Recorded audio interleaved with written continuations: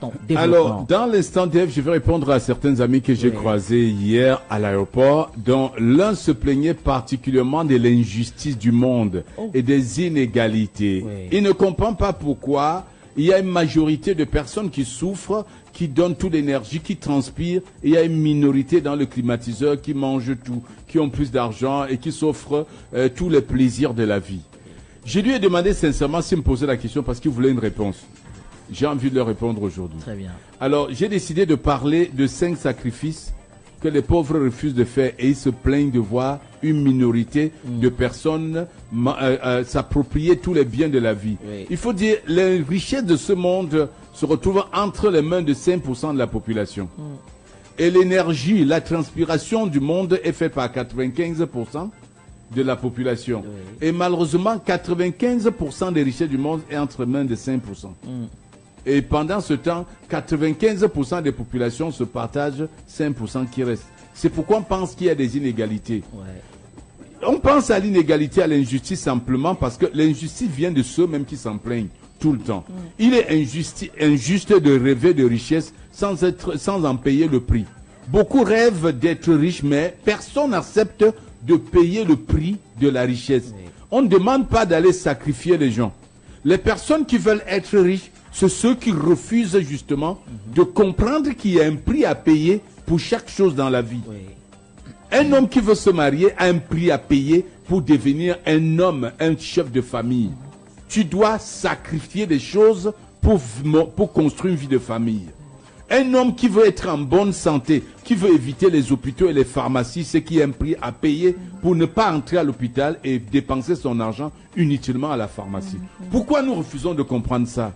Pourquoi il n'y a qu'une minorité, une minorité qui détienne la majorité des richesses? Parce que c'est la minorité qui a compris ce que la majorité n'a pas compris.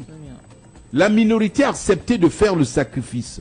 Le sacrifice, il y a des choses à sacrifier, il y en a tellement, mais je veux m'arrêter sur 5 choses. Parce que lorsque j'ai posé la question à un de mes gars à l'aéroport, il dit, ben, quand tu finis le boulot le soir, qu'est-ce que tu fais? Il dit, bon, on a ouvert un snack à côté de la maison, je m'arrête là-bas, j'échange avec des amis, je regarde mon match de Champions League, on boit quelques bières, je rentre. Il dit, combien de fois tu fais le snack par semaine? Il me dit, non, parfois, hein, même en dehors du lundi, mais le reste de la semaine, on ne compte pas. Je dis, très bien. Alors, je voudrais inviter les amis qui se posent cette question à savoir pourquoi moins de 5% de la population détient 95% des richesses. Et pourquoi 95% de personnes transpirent, sortent les muscles et n'arrivent pas toujours à joindre les deux bouts?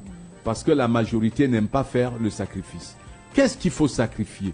Le premier sacrifice que vous devez faire, si vous voulez rejoindre le club des 5% ou le club des gagneurs, le club des riches, ou alors simplement si vous voulez sortir de la pauvreté, acceptez de faire des sacrifices.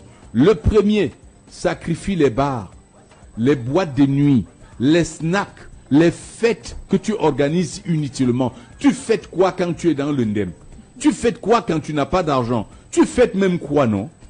C'est la question que je pose. C'est le pauvre qui va organiser les anniversaires tous les mois. Le sien, sa copine, l'enfant, tout ça, il veut tout le temps faire la fête, il boit. Et lui, il sort du boulot, au lieu de rentrer chez lui, il est en boîte de nuit. Pendant que tu es en boîte de nuit, les riches sont en train de réfléchir. Et quand tu es en boîte de nuit, c'est du temps que tu brûles. Ce temps que tu brûles, c'est ta vie que tu es en train de brûler. Tu brûles et ton temps et ton argent. Et quand tu rentres fatigué, tu ne peux plus réfléchir. Tu es KO. Tu te lèves tard pendant que les riches sont debout depuis 4 heures du matin. Et ils sont en train de calculer. Ils sont en train d'accomplir déjà leur agenda. Alors, sache que les virer en boîte de nuit, au bar, ça, non seulement ça te vole ton temps, ça te vole ton argent, ça te vole même ta santé. Et ça enterre en plus tes projets. Parce qu'un homme qui boit ne réfléchit pas. Au bar, qu'est-ce qu'on change sur quoi? Les commentaires, les filles qui m'ont, oh, c'est la une bonne jupe.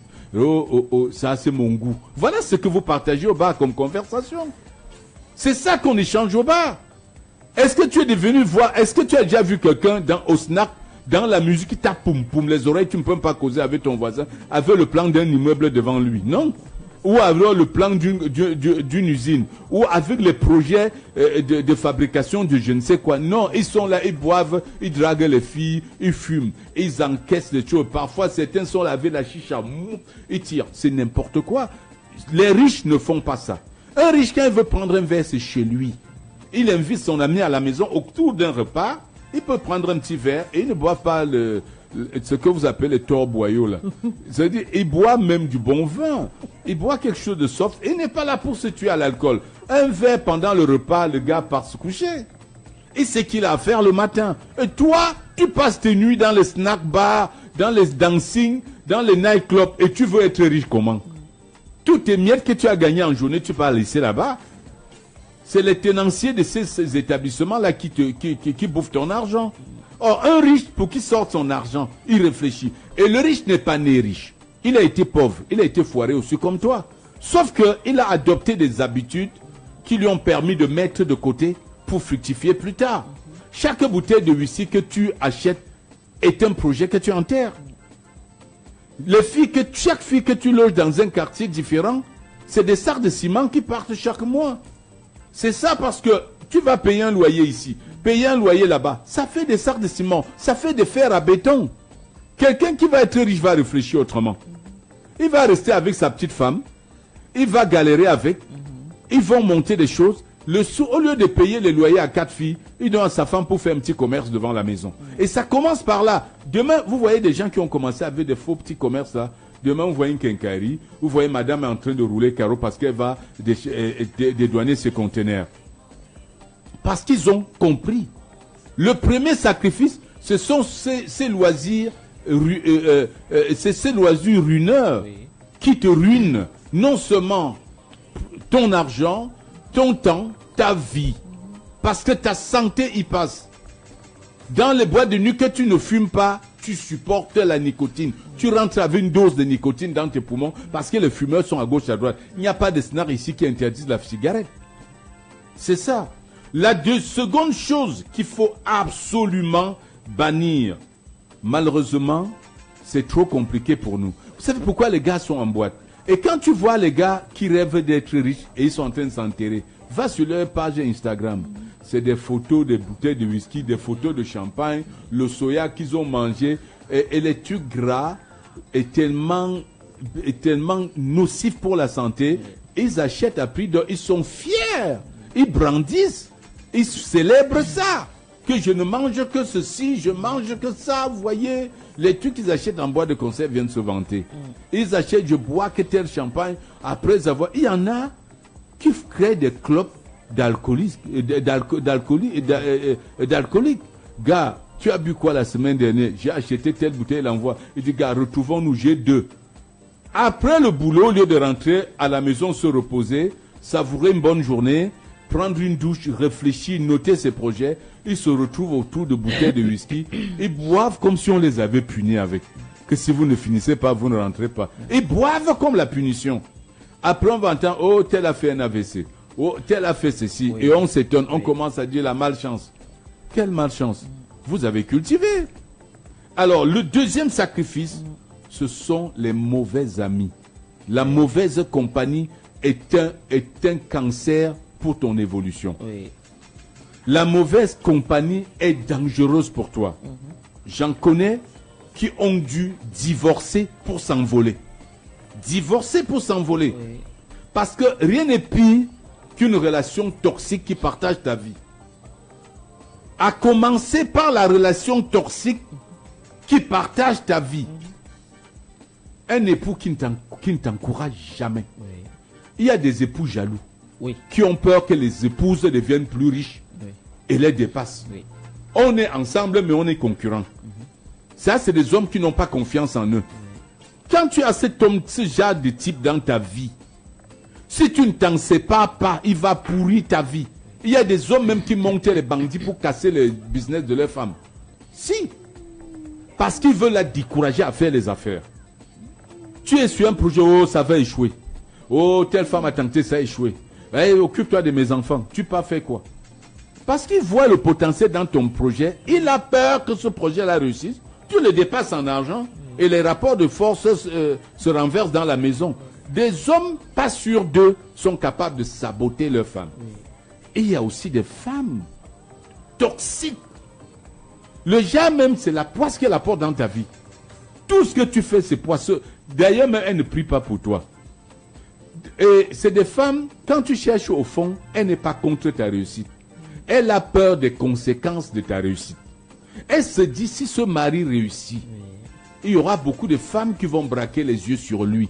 Pour ça, elle préfère mettre les genoux par terre pour que tu ne réussis jamais.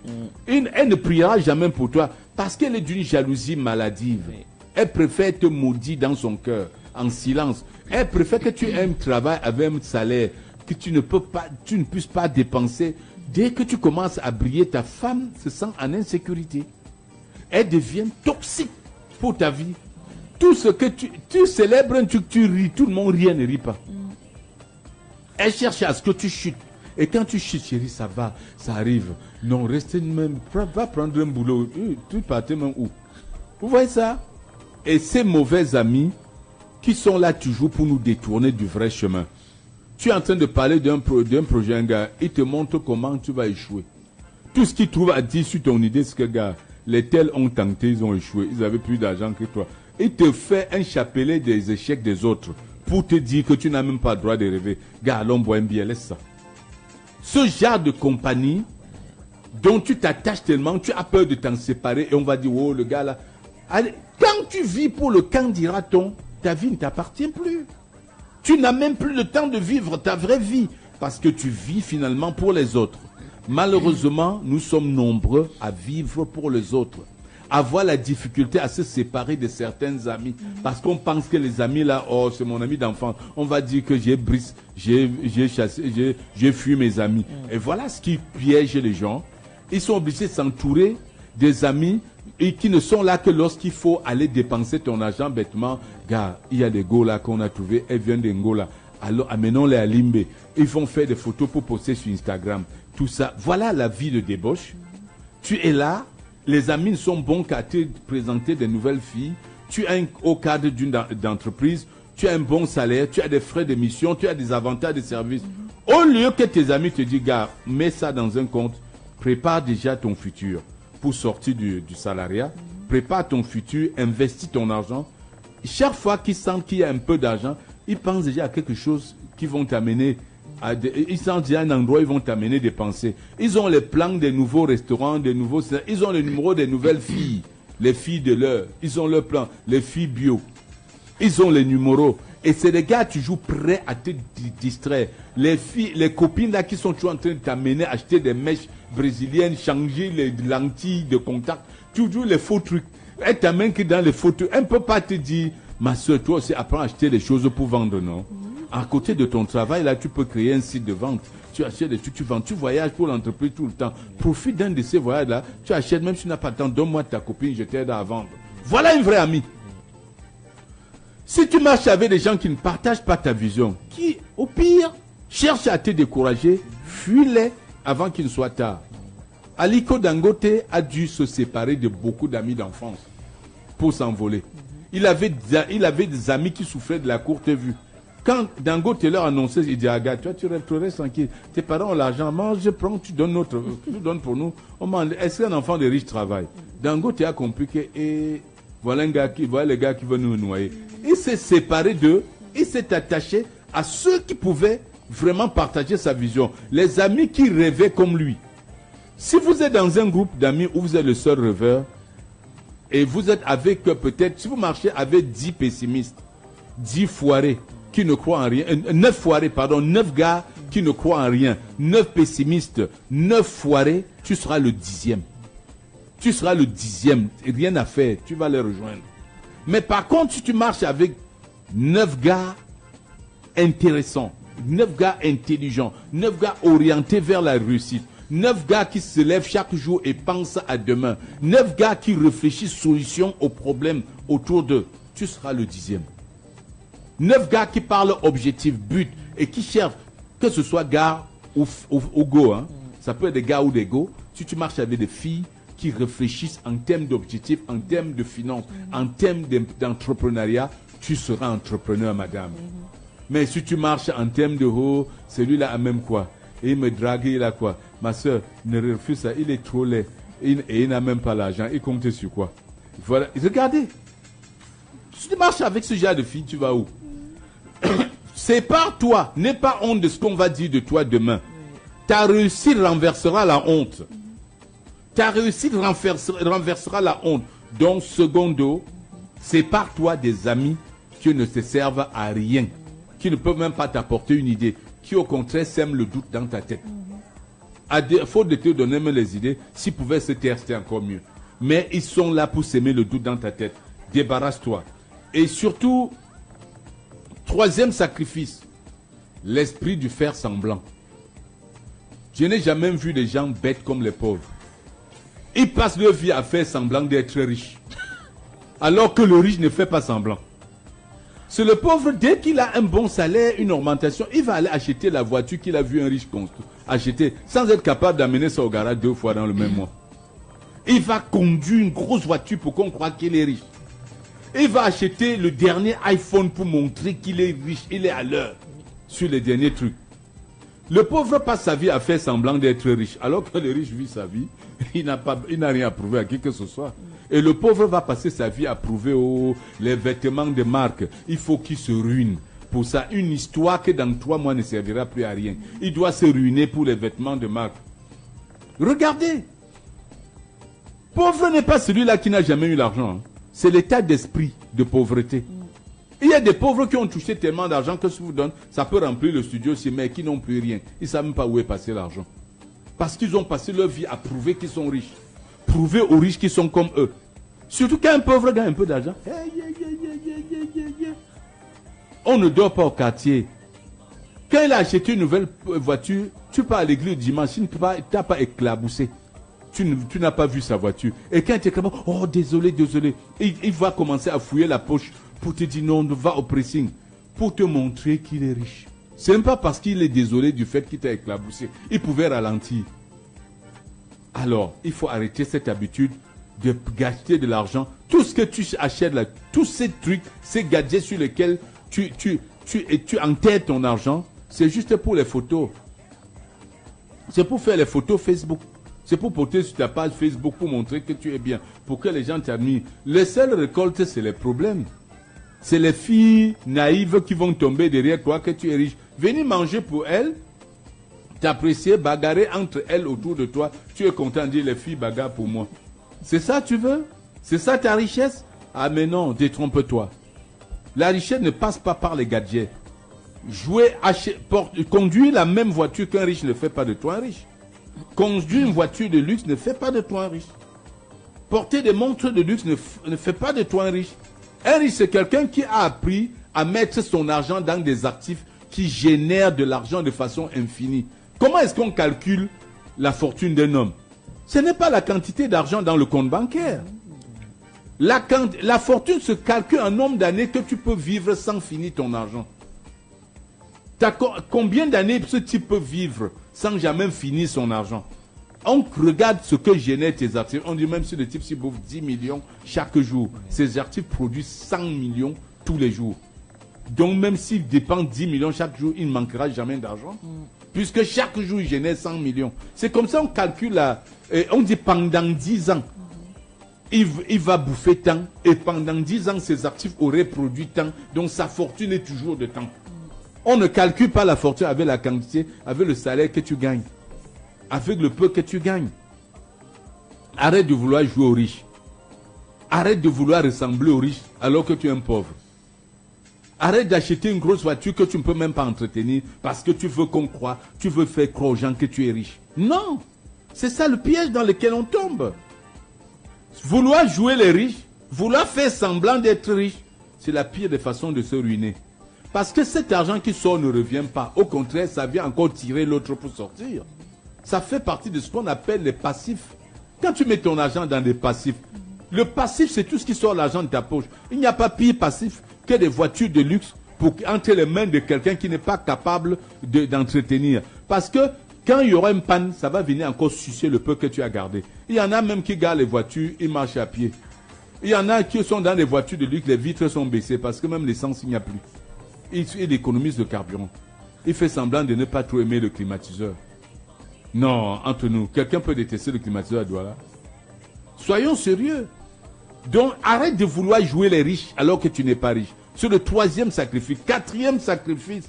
Ah là là là là là là là là là là là là là là. la facilité, le raccourci. Il faut oublier le raccourci. Faites un tour devant les kiosques de jeux et de hasard. Dites-moi ce que vous voyez là-bas. Le pauvre pense qu'il va faire un grand bond et rattraper le riche avec un ticket de loterie. Voilà, dans sa tête, c'est comme ça. Il pense que s'il fait un grand bond, s'il gagne le pactole là, il va rattraper le riche. Mais ils oublient que beaucoup avant eux ont gagné des pactoles au-dessus de ceux dont ils rêvent. Ils sont retournés à la case départ. Parce que la richesse, c'est un processus. C'est une construction. Ce n'est pas un pactole, c'est une construction. Ce n'est pas un événement spontané. C'est un cheminement, c'est un voyage. Allez voir. Est-ce que vous avez déjà vu un riche garer sa voiture pour acheter un ticket de Paris? Pourquoi faire? La plupart des temps, c'est eux qui sont propriétaires de ces sociétés. Ils savent combien vous êtes bêtes. Ils savent combien vous allez verser chaque jour dans le but de les ruiner. Et c'est eux qui gardent la caisse. Robert Kiyosaki avait dit, la loterie, c'est une joie à la loterie, c'est payer un impôt sur notre ignorance tous les jours. C'est-à-dire, c'est un impôt que tu payes sur ton ignorance tous les jours. Parce que celui qui gagne, c'est celui qui tient la caisse. Regardez la probabilité. Si le gain était du côté des joueurs, ces sociétés auraient fermé depuis. Parce que vous êtes plus nombreux, vous êtes des millions chaque jour. Et les tickets sont tellement intéressants, même avec 50 francs tu joues. Donc, on ne donne même pas la possibilité à un pauvre de garder même 50. Il va aller quand même remettre. Donc, même les miettes là, on vous récupère ça avec un ticket. Alors, si tu ne sors pas de cette spirale, tu rêves d'un raccourci pour être riche. Le raccourci là sera plus long que tu n'as jamais imaginé. Les riches ne cherchent pas le raccourci. Un riche, c'est que quand il a un projet, il va s'entourer des experts pour bien construire le projet. Ensuite, il va aller voir son banquier pour lui proposer le projet. Il va aller chercher des agents immobiliers pour trouver le bon terrain. Il va aller voir l'État pour prendre des autorisations. Il prend le temps pour construire sa richesse. Mais le pauvre veut seulement sauter, tomber dans la richesse. C'est pas possible. Ça n'arrivera pas. Oublie le raccourci. Comme on parle des riches qui ne font pas semblant d'être riches, est-ce que le jour où vous aurez l'occasion d'entrer dans le bureau de Baba Dampulo, l'homme le plus riche du Cameroun, classé par Forbes Afrique, allez voir. Il est simple. Son bureau est d'une simplicité. Entre ici, j'ai eu l'occasion d'être reçu par ce grand homme. Il vit dans la simplicité. Mais quand vous voyez les gens qui sont dans rien, comme on dit chez nous, tout le bruit qu'ils font autour de zéro, mais tu regardes ce papa-là, et j'ai reçu une belle claque le jour où je suis allé interviewer le docteur Paul Kamounié-Fokam à Piquet Institute of Excellence à Yaoundé. Quand je suis rentré le jour-là, j'ai vendu ma voiture. Oh. Moi-même, j'étais dans le Ndel. Je débarque à Piquet Institute avec une Porsche Cayenne flambant neuve. Presque. C'était une occasion. Je regarde au parking de visiteurs. Je vois le patriarche, le richissime multimilliardaire, arriver avec une Porsche plus vieille que la mienne. Il gare, son chauffeur descend. Il prend ses chemises faites par Patéo et d'autres cousues par son couturier là-bas à Yaoundé. Il va se changer. J'avais mis un costume 3 pièces parce que j'allais quand même interviewer un grand. Oui. J'ai failli me déshabiller mais avant qu'il ne me voie. Il dit, le père s'il vient simple comme ça. Qu'est-ce que j'ai porté? Je rentre, je dis à mon caméraman, cherchez-moi quelqu'un devant la Porsche. Oui. Je n'ai pas le droit de conduire cette voiture. Regardez quelqu'un qui peut s'acheter 1000 Porsche. Oui. Il me roule avec une encore plus ancienne que la mienne. Oui. Il s'en fout. Et toi, le pauvre, Dieu veut montrer que tu as la Porsche. On nous a fait ça au village. Il faut sortir de là. Arrêtons de faire semblant. Quand tu n'es pas riche, tu n'es pas riche. Même si tu portes le truc, tu écris sur ton visage, on sait que tu n'es pas riche. Les riches n'ont pas besoin de dire. Même s'ils se cachent, on sait qu'ils sont riches. Arrête de vouloir jouer les riches. Arrête avec les raccourcis. L'un des hommes les plus riches au monde, Warren Buffett, il vit dans la même maison qu'il a acheté en 1958. Je n'étais pas né. 12 ans avant ma naissance. Il a acheté cette maison, il vit encore dedans. aujourd'hui. L'autre truc, c'est que dès qu'un foyer a un peu d'argent, il faut qu'il construise la plus belle maison du quartier et il invite les amis riches et les enfants des riches venir visiter pour commenter. Voilà. Vous n'avez pas de concurrence à faire avec des gens. Et surtout, l'impatience. Arrêtez avec l'impatience. L'impatience, c'est l'autre truc qui tue vos projets. Tu veux tout de suite réussir parce que tu penses que tu peux rattraper. L'impatience est un piège. Tu ne peux pas construire une chose et avoir le résultat aujourd'hui. Accepte d'échouer et d'apprendre de tes échecs pour construire. L'impatience, c'est ce qui décourage plusieurs. Dès qu'ils ont testé un truc sa fois, ils abandonnent tout, dit non, c'était même une erreur. Il va même maudire celui qui lui avait conseillé ce business. Non. Prends le temps d'étudier, d'apprendre, de lire dans le domaine où tu veux te lancer, de fréquenter les gens qui ont déjà fait ce que tu veux faire et d'aller leur rendre visite. Tu peux même travailler un job pour eux, pour comprendre la chose de l'intérieur. Prends le temps d'apprendre. L'impatience ne conduit qu'aux douleurs. L'impatience ne conduit qu'aux échecs. Alors, si tu as échoué une fois, sache que ce n'est pas la fin. C'est une leçon que tu as payée cher. Maintenant, évite de recommettre les mêmes erreurs. C'est tout. On va s'arrêter là. Le 6e conseil, arrête donc de sacrifier. La seule chose que tu ne dois pas sacrifier, c'est ta santé. Très bien. Fais de l'exercice. Fais du sport régulièrement. Ça t'évite de sacrifier ta santé. Voilà. Et fais attention à ce que tu manges. Ce n'est pas parce que tu es pauvre que tu manges mal. C'est parce que tu manges mal que tu es pauvre. Et justement, la nourriture la plus agréable, la meilleure pour notre organisme est celle-là qui ne coûte pas cher. Le maquereau est le poisson le mieux conseillé, le plus recommandé pour notre organisme. Et il est le moins cher sur le marché. Voilà. Donc, par exemple, merci pour votre attention. Et c'était donc l'instant développement Shokran Kati.